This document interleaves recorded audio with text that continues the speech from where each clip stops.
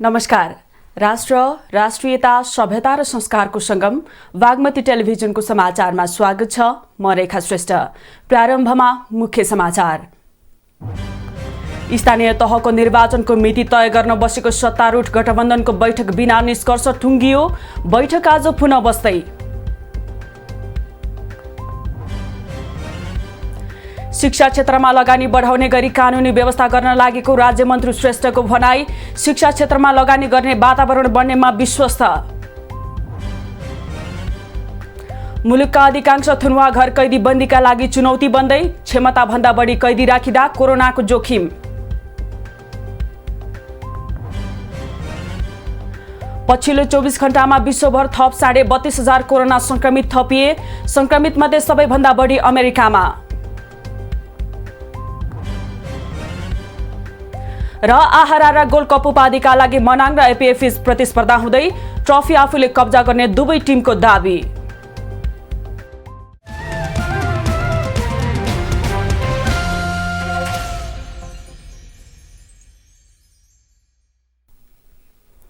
सुरु गरौं सत्तारूढ दल बैठक सम्बन्धी समाचारबाट। सत्तारूढ 5 दलीय गठबन्धनको बैठक बिना निष्कर्ष भएको छ। प्रधानमन्त्री निवास बालुवाटारमा बसेको सत्तारूढ गठबन्धनको बैठक बिना निष्कर्ष टुङ्गिएपछि दिउँसो 4 बजे पुनः बस्ने गरी टुङ्गिएको हो। बैठक स्थानीय तहको निर्वाचनको मिति तय गर्ने बारे केन्द्रित रहेको बताइएको छ।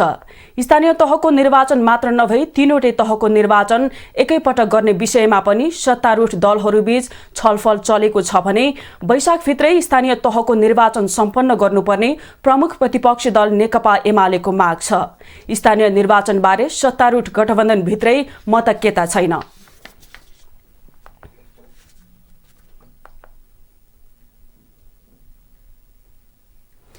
प्रधानमन्त्री तथा मन्त्री परिषद कार्यालयका राज्यमन्त्री उमेश श्रेष्ठले सरकारले शिक्षा क्षेत्रमा लगानी बढाउने गरी कानुनी व्यवस्था गर्न लागेको बताउनु भएको छ। राज्यमन्त्री श्रेष्ठले सरकारले विद्यालय तह, प्राविधिक शिक्षालय र उच्च शिक्षाको छुट्टा-छुट्टै कानुन बनाउन लागेको उल्लेख गर्दै ती कानुनहरू बने पनि शिक्षा क्षेत्रमा लगानी गर्ने वातावरण अझ बढी बन्ने बताउनु भएको हो। काठमाडौँको सानो भर्याङ स्थित स्वस्ति श्री गुरुकुल विद्यालयमा आयोजित कार्यक्रमलाई भर्चुअल माध्यमबाट सम्बोधन गर्दै उहाँले शिक्षा क्षेत्र र स्वास्थ्य क्षेत्रमा सबैको पहुँच पुर्याउने काममा सरकार लागि परेको बताउनुभयो। तीनवटा कोर्सहरू चाहिँ तीनवटा कानुन बन्दैछ। एउटा स्कुल लेभलको कानुन, एउटा चाहिँ अर्को हाम्रो टेक्निकल भोकेसनल टेस्टको कानुन र एउटा हायर एजुकेसनको कानुनहरू बन्छ। त्यो बनिसकेपछि चाहिँ अलिकति प्राइभेट सेक्टरले पनि लगानी गर्न सक्ने वातावरण पनि हुन्छ।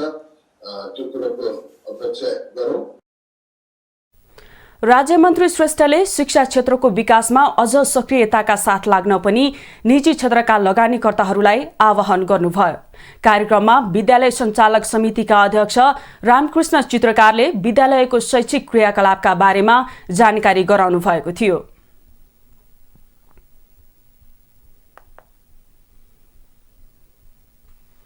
सत्तारूढ नेकपा माओवादी केन्द्रका प्रमुख सचेतक देवप्रसाद गुरुङले संसदीय सुनवाई समितिको कुनै औचित्य नरहेको बताउनु भएको छ।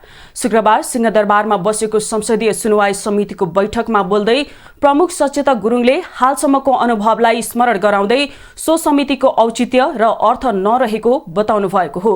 पूर्व कानुन मन्त्री समेत रहनुभएका उहाँले संविधानले परिकल्पना गरे अनुसार काम गर्न नसकेको उल्लेख गर्दै सो समितिलाई प्रभावकारी बनाउने हो भने संघीय संसद ऐनलाई संशोधन गरेर अघि बढ्नुको विकल्प नरहेको तर्क गर्नुभयो। उहाँले मन्त्री परिषद, कानुन परिषद वा संवैधानिक परिषदले सिफारिस गरेका प्रस्तावलाई स्वीकार गरेर जाने अवस्था हाल रहेको उल्लेख गर्दै यसबाट समितिको काममा प्रभावकारिता नआउने पनि स्पष्ट पार्नुभयो। बैठकमा संसदीय सुनवाईका सम्बन्धमा नेपाल कानुन आयोगले तयार पार्न लागेको विधेयकबारे छलफल गरिएको थियो।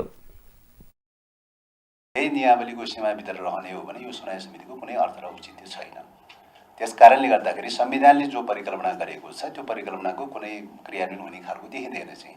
किन त भन्दाखेरि चाहिँ अहिलेसम्मको अभ्यासको आधारमा सरकारले जे सिफारिस गरेको चाहिँ छ र संवैधानिक परिषदले जे सिफारिस गरेको छ त्यसलाई चाहिँ तपाईको चाहिँ अंगीकार गर्नु, त्यसलाई चाहिँ मतलब अनुमोदन गर्नुको विकल्प चाहिँ देखिरहेको छैन र त्यही रूपले गइरहेको चाहिँ छ अहिलेसम्म। यही जसरी यो संवैधानिक परिषदबाट आउने या मन्त्री परिषदबाट आउने प्रस्तावहरूमा हामीले हाम्रो चित्त बुझेका छैन, तर चाहिँ हामी सुनवाई गरिराखेका छौँ।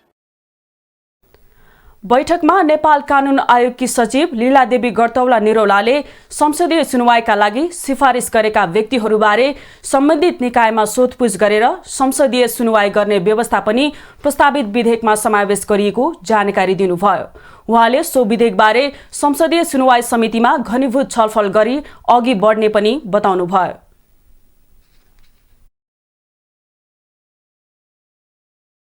हामी कार्यान्वयन योजना पेश गर भन्छौँ, जस्तो कुनै जुन पदमा जानुहुन्छ तपाईँ के गर्नुहुन्छ त, त्यो 5 वर्ष 6 वर्षमा के गर्नुहुन्छ भनेर चाहिँ कार्ययोजना पेश गर्न भन्छौँ। हामी योग्यता विवरण सबै माग्छौँ। हामी इन्टर्नल अथवा कोही कमिटीबाट उसको ओभरसाइट हेर्छौँ पनि, छुट्टै गोप्य छलफल गरेर अनि मात्रै लास्टमा उनलाई सुनवाई गर्न बोलाउने हो। सचिव गर्तौलाले दलहरूले आफ्ना सांसदहरूलाई हुइप लगाउने नलगाउने भन्ने व्यवस्थाका बारेमा पनि अन्तर्राष्ट्रिय अनुभव अध्ययन भइरहेको बताउनुभयो।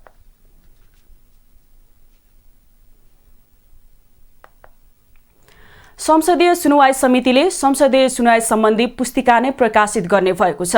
समितिको शुक्रबार सिंहदरबारमा बसेको बैठकले हालसम्म भएका संसदीय सुनवाई सम्बन्धी व्यवस्था, निर्णय प्रक्रिया तथा विभिन्न पदमा प्रस्तावित व्यक्तिहरूको सुनवाई सम्बन्धी विवरण पुस्तिका तयार पार्न मातहतको सचिवालयलाई निर्देशन दिएको हो। समितिको काम प्रभावकारी बनाउने गरी त्यस सम्बन्धी विगतका कामहरूको विवरण सहितको पुस्तिका तयार गर्न सचिवालयलाई निर्देशन दिएको सभापति लक्ष्मण लाल करले जानकारी दिनुभयो। नेपालको संसदमा संसदीय सुनवाईको अवधारणा प्रारम्भ भएदेखि हालसम्मको संसदीय सुनवाई सम्बन्धी भएका व्यवस्था, निर्णय, प्रक्रिया तथा विभिन्न पदमा प्रस्तावित व्यक्तिहरूको सुनवाई सम्बन्धी विवरण पुस्तिका तयार पार्न, अध्ययन गर्न, समितिमा पेश गर्न सचिवालयलाई निर्देशन दिने। सभापति कर्णले संसदीय सुनवाई समितिको कामलाई प्रभावकारी बनाउन संसदीय संसद ऐन नै परिमार्जन गरेर अघि बढ्नुपर्ने बताउनुभयो। संसदीय सुनवाई समितिको कामबारे विभिन्न ठाउँमा प्रश्न उठ्ने गरेकाले पनि यसको प्रभावकारिताका लागि आवश्यक कानुनी व्यवस्था गर्नुपर्ने उहाँको भनाइ थियो।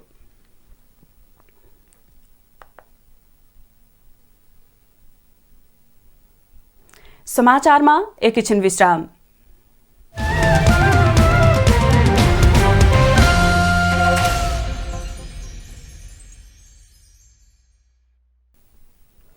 हामी समाचारको निरन्तरतामा छौं। अब बाँकी समाचार। सरकारले कोरोना विरुद्धको खोप अभियान सुरु गरेको 1 वर्ष पूरा भएको छ।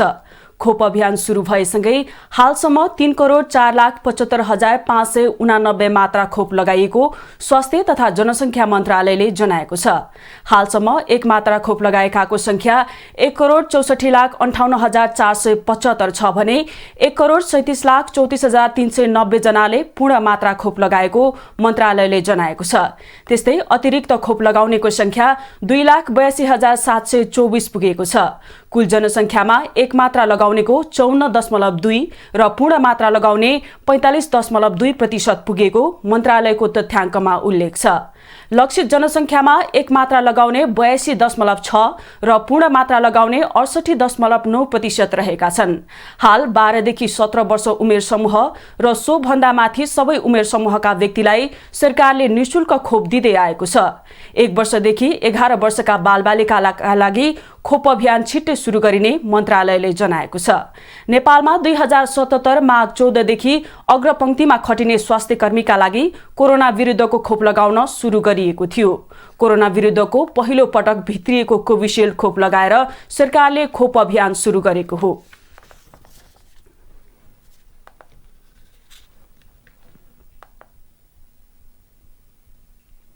मुलुकभर पछिल्लो 24 घण्टामा 6,827 जनामा कोरोना संक्रमण पुष्टि भएको छ।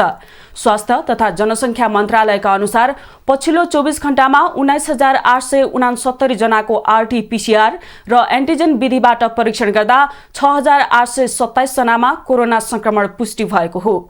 यो सँगै नेपालमा कोरोना भाइरस संक्रमितको कुल संख्या 10,68,932 पुगेको छ। कोरोना भाइरसको संक्रमणबाट पछिल्लो 24 घण्टामा देशभर 5,432 जना निको भएर घर फर्किएका छन्। यो सँगै नेपालमा कोरोना संक्रमण मुक्त हुनेहरूको संख्या 8,42,436 पुगेको छ। यसैगरी पछिल्लो 24 घण्टामा कोरोना संक्रमणका कारण 10 जनाको मृत्यु भएको छ। नेपालमा कोरोना संक्रमणबाट मृत्यु हुनेको संख्या 11,697 पुगेको छ।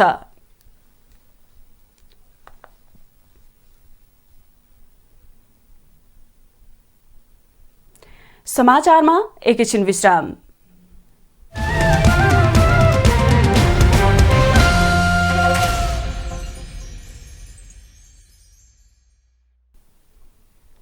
हामी समाचारको निरन्तरतामा छौं। अब बाँकी समाचार। कोरोना संक्रमण तीव्र गतिमा फैलिरहेको बेला मुलुकका अधिकांश थुनुवाघर तथा कारागारमा कैदी बन्दीको सुरक्षा थप चुनौतीपूर्ण बन्दै गएको छ। नेपालका सबै जिल्ला यति बेला कोरोनाको उच्च जोखिममा छ। विभिन्न 72 जिल्लामा रहेका 74 वटा कारागारमा रहेका कैदी बन्दीलाई संक्रमणबाट जोगाउन समस्या पर्न थालेको हो।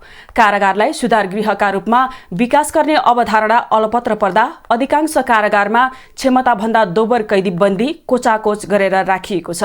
एक रिपोर्ट। कारागार व्यवस्थापन विभागका अनुसार मुलुकका विभिन्न 74 वटा कारागारमा मुस्किलले 16,000 कैदी बन्दी थुन्ने क्षमता छ। तर 16,000 कैदी बन्दी मात्र अटाउन सक्ने कारागारमा अहिले 26,000 भन्दा बढीले कैद भुक्तान गरिरहेका छन्। अपराधका घटना र अपराधको प्रकृति फेरिएसँगै कैदी बन्दी व्यवस्थापन चुनौतीपूर्ण बनिरहेको बेला अहिले फैलिएको कोरोना महामारीले झनै समस्या पारेको छ। सामान्य स्वास्थ्य पूर्वाधारको अभाव झेलिरहेका अधिकांश कारागार जीर्ण छन्। स्थान अभावका कारण एउटै कोठामा कोचाकोच गरेर कैदी बन्दीलाई राख्नुपर्ने बाध्यता छ। एकजनामा संक्रमण भइहालेमा पुरै कारागारभित्र महामारी फैलिन सक्छ। तर पनि अहिलेसम्म सीमित संख्यामा मात्र कोरोना संक्रमण पुष्टि भएकाले व्यवस्थापनमा ठूलो समस्या नपरेको कारागार व्यवस्थापन विभागले जनाएको छ। मोरङ कारागारमा एकजनालाई देखिएको थियो, त्यही पनि हिजो निको भइसकेको छ। त्यसै गरी नक्खु कारागारमा एकजनालाई देखिएको थियो। अब अन्यलाई कोभिड देखिएको अवस्था छैन। करिब 95% भन्दा पनि बढी कैदी बन्दीहरूले कोभिडको खोप लगाइसक्नु भएको छ। यो दिनदिनै अब कारागारमा नयाँ कैदी बन्दी आउने भएको हिसाबले हामीले यसलाई 100% पुर्याउन सकेका छैनौँ। तर हामीले करिब 100% कै हाराहारीमा कोभिड खोप हामीले लगाएका छौँ। आर्थिक वर्ष 2073-74 अर्थात् 4 वर्ष पहिले नेपालमा कैदी बन्दीको संख्या 19,040 थियो। तर 4 वर्षको अवधिमा कैदी बन्दीको संख्या झण्डै 10 गुणाले बढेको छ। गम्भीर प्रकृतिका अपराधमा मुछिएकाहरूको कैद भुक्तान लामो समय हुने भएकाले वर्षेनी कैदी बन्दीको संख्या बढेको विभागको दाबी छ, जसमा करिब 1300 महिला छन् भने बाँकी स्वदेशी तथा विदेशी पुरुष बन्दी छन्। कारागार व्यवस्थापन विभागका अनुसार करिब 1500 क्षमताको सुन्धाराको केन्द्रीय कारागारमा अहिले 2622 कैदी बन्दी छन्, जहाँ कोरोना संक्रमणको जोखिम उच्च छ। त्यसैगरी 200 क्षमताको दिल्ली बजार स्थित सदर खोरमा पनि गम्भीर प्रकृतिको अपराधमा संलग्न चाल सोब्रा जस्ता झण्डै 700 कैदी बन्दी छन्। विभागका अनुसार क्षमता भन्दा बढी कैदी बन्दी रहेका सीमावर्ती तराई मधेसका जिल्लाहरूको कारागारमा झनै समस्या छ। कैदी बन्दीको संख्या अनुसार स्वास्थ्य पूर्वाधार तथा कारागारको संरचनामा गुणात्मक सुधार नगरिँदा यस्तो महामारी र प्राकृतिक विपत्तिको समयमा बढी चुनौती देखिने गरेको छ। महामारी फैलिहालेमा न कैदी बन्दीलाई अन्यत्र सार्ने अवस्था रहन्छ, न एकै ठाउँमा कोचाकोच गरेर थुन्न सकिन्छ। यस्तो जोखिम कहिलेसम्म? यो कोरोना महामारीको जोखिम बढ्दै जाँदा उब्जिएको अहम प्रश्न हो। अब आर्थिक समाचार।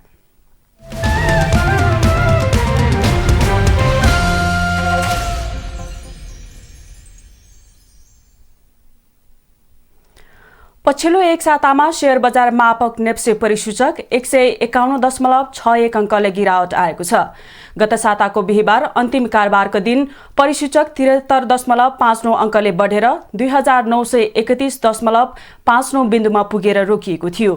यो साताको 5 दिन कारोबार भएको नेप्से परिसूचक 4 दिन बजार ओह्रालो लाग्दा 1 दिन भने सामान्य अङ्कले वृद्धि भएको छ। यो साताको 5 दिनको कारोबारमा नेप्से परिसूचक 151.61 अङ्कले घटेर 2779.98 बिन्दुमा झरेको छ। अघिल्लो साता 73.59 अङ्कले बढेको नेप्से परिसूचक यो साता भने 151.61 अङ्कले गिरावट आएको हो।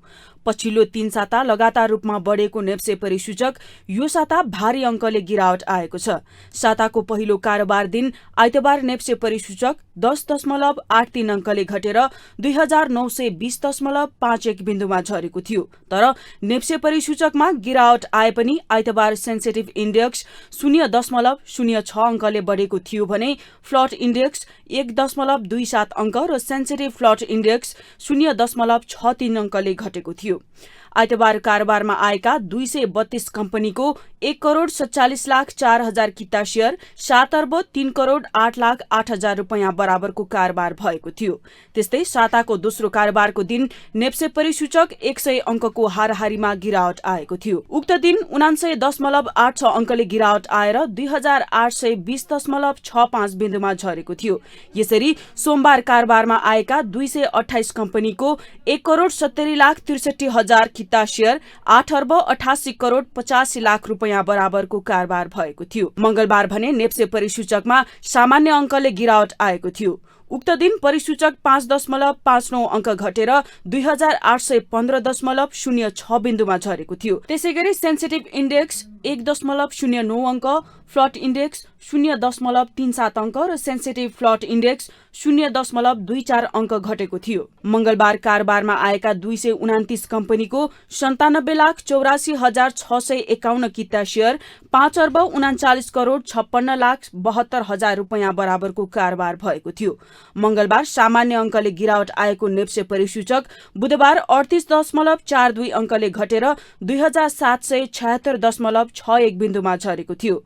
सेन्सिटिभ इन्डेक्स 6.6 अङ्क, फ्लट इन्डेक्स 2.8 अङ्क र सेन्सिटिभ फ्लट इन्डेक्स 2.34 अङ्क घटेको थियो। बुधबार कारोबारमा आएका 233 कम्पनीको 93,58,700 किता शेयर 4,31,31,54,042 रुपैयाँ बराबरको खरिद बिक्री भएको थियो। तर यता साताको अन्तिम कारोबारको दिन बिहीबार भने नेप्से परिसूचक सामान्य अङ्कले वृद्धि भएको छ। साताको 4 दिनको कारोबारमा लगातार रूपमा ओह्रालो लागेको परिसूचक सामान्य अङ्कले वृद्धि भएको हो।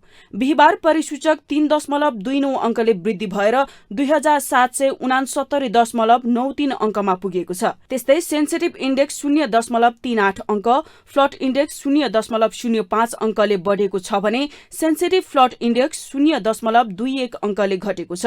बिहीबार कारोबारमा आएका 224 कम्पनीको 66,57,231 किता शेयर 3,34,34,13,684 रुपैयाँको शेयर कारोबार भएको छ। पछिल्लो एक सातामा नेप्से परिसूचकसँगै लगानीकर्ताको सम्पत्तिमा पनि गिरावट आएको छ। गत साता 1,05,41,00,00,000 रुपैयाँले बढेको लगानीकर्ताको सम्पत्ति यो साता भने 2,13,90,00,000 रुपैयाँले गिरावट आएको छ। गत बिहीबार शेयर बजारमा रहेको लगानीकर्ताको सम्पत्ति मापक बजार पुँजीकरण कुल 41,42,53,00,00,000 रुपैयाँ रहेको थियो। यो साता 2,13,90,00,000 रुपैयाँले सम्पत्ति घटेर 39,28,63,00,000 रुपैयाँमा झरेको छ। अब अन्तर्राष्ट्रिय समाचार।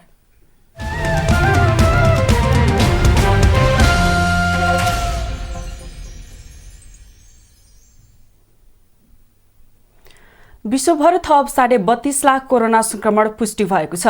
पछिल्लो 24 घण्टामा गरिएका नमुना परीक्षणमा 32,49,900 जनालाई कोरोना संक्रमण भएको हो। संक्रमित मध्ये सबैभन्दा धेरै अमेरिकामा 3,92,000 र फ्रान्समा 3,53,000 छन्। यस्तै भारतमा 2,32,000, ब्राजिलमा 2,51,000, इटलीमा 1,43,000, स्पेनमा 1,18,000, जर्मनीमा 1,89,000 संक्रमित थपिएका छन्। यसैगरी पछिल्लो 24 घण्टामा थप 9,631 जना कोरोना संक्रमितको मृत्यु भएको छ। मृत्यु भएका मध्ये अमेरिकामा 2,183, भारतमा 862, ब्राजिलमा 715, फ्रान्समा 263, बेलायतमा 277, रसियामा 273, टर्कीमा 210, इटलीमा 378, स्पेनमा 179, अर्जेन्टिनामा 305, जर्मनीमा 179, कोलम्बियामा 268, मेक्सिकोमा 495 र पोल्यान्डमा 271 जना रहेका छन्। विश्वभर सक्रिय संक्रमितको संख्या 7 करोड नाघेको छ।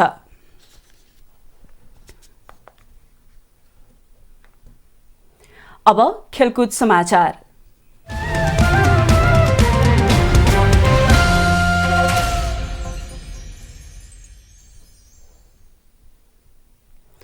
पोखरामा जारी आहारा फुटबल कपको 20औं संस्करणमा उपाधिका लागि मनाङ मर्स्याङ्दी क्लब र विभागीय टोली एपीएफ क्लब बीच भिडन्त हुँदैछ। सेमी फाइनलमा एपीएफले लिग च्याम्पियन मच्छिन्द्र क्लबलाई र मनाङले त्रिभुवन आर्मी क्लबलाई पराजित गर्दै फाइनलको यात्रा तय गरेको थियो। 20औं संस्करणसम्म आइपुग्दा मनाङले 12 पटकसम्म फाइनलको यात्रा तय गरेको छ भने एपीएफ 14 वर्षपछि फाइनलमा पुगेको छ। यसपटकको उपाधि जित्नका लागि दुवै टिमका लागि परेका छन्। आयोजक सहारा क्लबले राखेको प्रिम्याच कन्फरेन्समा एपीएफका प्रशिक्षक कुमार थापाले यसपटकको उपाधि आफूहरूले जित्ने दावी गर्नुभएको छ। मनाङको खेल राम्रो भएका कारण उपाधि रक्षाका लागि एपीएफले पनि सोही अनुसारको सुधार ल्याएको र सोही रणनीतिले 14 वर्षपछि फाइनलमा पुगेको उहाँले बताउनुभयो। मनाङका प्रशिक्षक फुजा तोपेले विगतका संस्करणको तुलनामा एपीएफले यस संस्करणमा निकै सुधार गरेका कारण आफूहरूले पनि सोही अनुसारको तयारी गरेको जानकारी गराउनु भएको छ। पोखरा रंगशाला घरेलु मैदान समेत भएका कारण 7औं पटक आहाराको ट्रफी उचाल्ने दाउमा रहेको उहाँको भनाइ छ। गोल्ड कपको विजेताले 10,01,000 रुपैयाँ र उपविजेताले 5,01,000 रुपैयाँ प्राप्त गर्नेछन्। प्रतियोगिताको सर्वोत्कृष्ट खेलाडीले अप्रिला स्कुटर एवं विधागत रूपमा 5 जना उत्कृष्ट खेलाडीले पनि पुरस्कार पाउनेछन्। प्रतियोगितामा Sankata club, Nepal police club, 3 star club, APF club, Manang Marsyangdi club, Machhindra club, Himalayan Sherpa club, Tribhuvan army club, Sahara club र बीवाईसीसी मिनेसोटा यूएसए गरी 10 टोलीको सहभागिता रहेको थियो।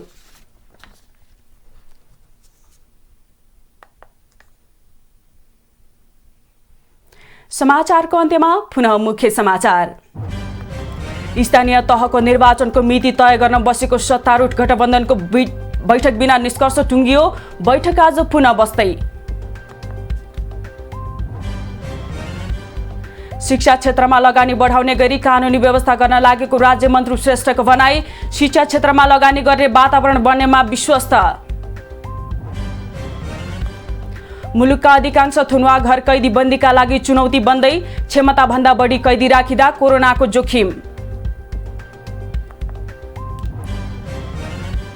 पछिल्लो 24 घण्टामा विश्वभर थप 32,500 कोरोना संक्रमित थपिए। संक्रमित मध्ये सबैभन्दा बढी अमेरिकामा। र आहारा र गोल्ड कप उपाधिका लागि मनाङ र एपीएफ प्रतिस्पर्धा हुँदै। ट्रफी आफूले कब्जा गर्ने दुवै टिमको दावी।